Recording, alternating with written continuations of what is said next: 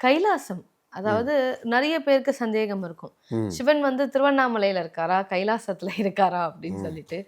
திருவண்ணாமலை பத்தி நம்ம நெறைய விஷயங்கள் பேசிட்டே இருந்திருக்கோம். ம் ஆனா கைலாசம் பத்தி நம்ம பெருசா பேசுனதில்ல. ம் கைலாசம் பத்தி பேசலாம்.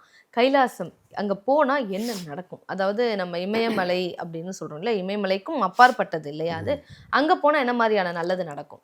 கைலாயத்துக்கு போகணுங்கிறது அவசியமே இல்லை. முதல் பாயிண்ட். போ வேண்டாவா? வேண்டாம் வேண்டாம். சரி எல்லாரும் இங்கேருந்து கிளம்பி 5 நாள், 6 நாள் பயணம். ஏன் 15, 20 நாள் பயணமா கூட போவாங்களே! அது என்ன பொறுத்த மட்டும் ஒரு பெருமைக்காக போகிறது. ம், ம், கைலாயத்துக்கு நீங்கள் போகணும்னா அவசியமே இல்லை. ம். யார் கைலாயத்துக்கு போகணும்னா சன்னியாசிகள் மட்டும் போகலாம்.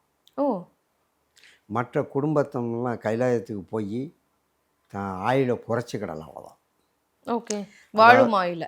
ஆமாம், இங்கேருந்து போகிற பாதையில் ரொம்ப ஃபாஸ்ட்டாக நம்மளுடைய ஆட்கள் ஆயுஷை குறைச்சிடும்.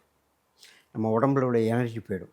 கைலாயத்து பக்கத்தில் போனேன்னா சில சில சம்மந்தம் இல்லாத சில முனங்கல் சத்தங்கள். அது நான் சொல்கிறது முனங்கல் சத்தம்ங்கிறது அது என்னங்கிறத என்னால் யூகிக்க முடியல. ஓ! அது வந்து நேர்மறையா? எதிர்மறையா? அதெல்லாம் எங்களுக்கு தெரியாது. ம். அதை அவ்வளோ உன்னிப்பாக கவனிக்க முடியாது. ஒரு ஒரு 20 வயசை அங்கே போய் பார்த்துட்டு வந்தோடனே 28 வயசு வரைக்கும் அவன் ஆயுஷில் கம்மி.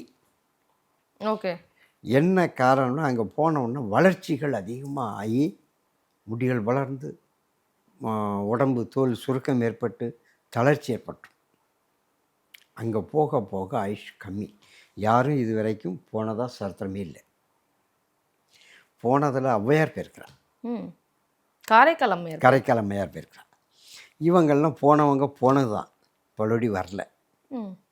அது மாதிரி யாரும் போனால் இவன் போகிறதுக்கு முன்னாடியே ஊரில் இருக்க பூரா கொள்ளையடித்து பல தவறுகளை பண்ணி வச்சுட்டு இங்கேருந்து நான் போய் கல்யாணத்தில் போய் கழிக்க போகிறேன்னு சொன்னால் அதெல்லாம் ஏற்றுக்கிட முடியாது. சன்னியாசிகள் மட்டும் போகலாம். ம்.